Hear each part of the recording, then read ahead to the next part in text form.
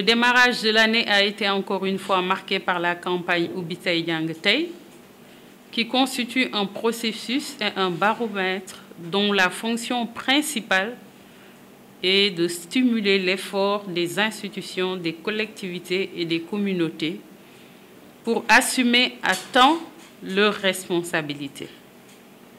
Toutefois, des déficits importants en enseignants, en salle de classe et en table-banc ont été relevés.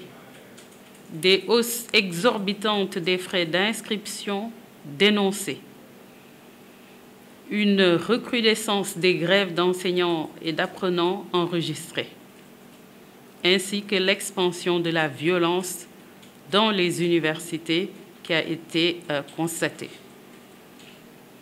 C'est justement par crainte de telles perturbations que de nombreuses alertes ont été lancées par les acteurs et partenaires de l'école, en plus de la campagne d'anticipation sur les défis dénommés Nos vacances pour l'école. Aujourd'hui, il est urgent d'agir vite et efficacement par des mesures vigoureuses en vue d'éviter de compromettre le déroulement et le dénouement de l'année. Il s'agit pour le conseil d'administration de planifier la résorption des déficits en vue de combler les lacunes et de mettre aux normes l'environnement des apprentissages pour sa sécurité, sa sûreté et sa salubrité. De mettre plus de pragmatisme et d'efficacité dans le suivi des accords gouvernement-syndicats après la reprise du monitoring salué par les acteurs et la tenue des réunions techniques sectorielles. D'affronter le rapport sur le système de rémunération des agents de l'État en traitant les conclusions de façon diligente, objective et responsable.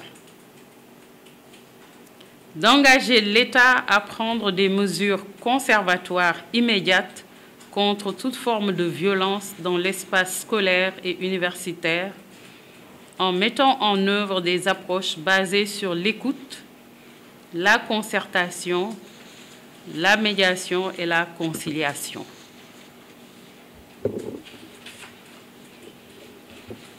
Le deuxième point abordé, c'est le droit à l'éducation.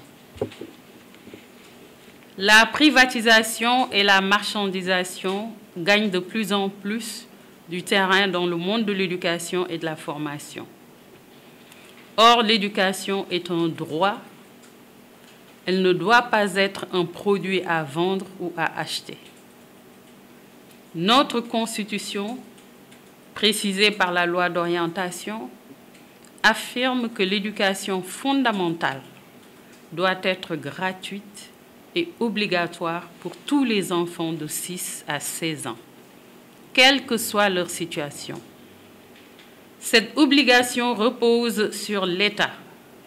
Cependant, on note de plus en plus que notre école coûte cher. Par ailleurs, l'étude de la COSYDEP sur l'impact de la privatisation sur le droit à l'éducation a révélé que 74% des parents interrogés déclarent scolariser leurs enfants en école privée, non pas par choix, mais plutôt par dépit ou parfois par obligation, parce qu'il n'y a pas de proximité avec l'offre éducative.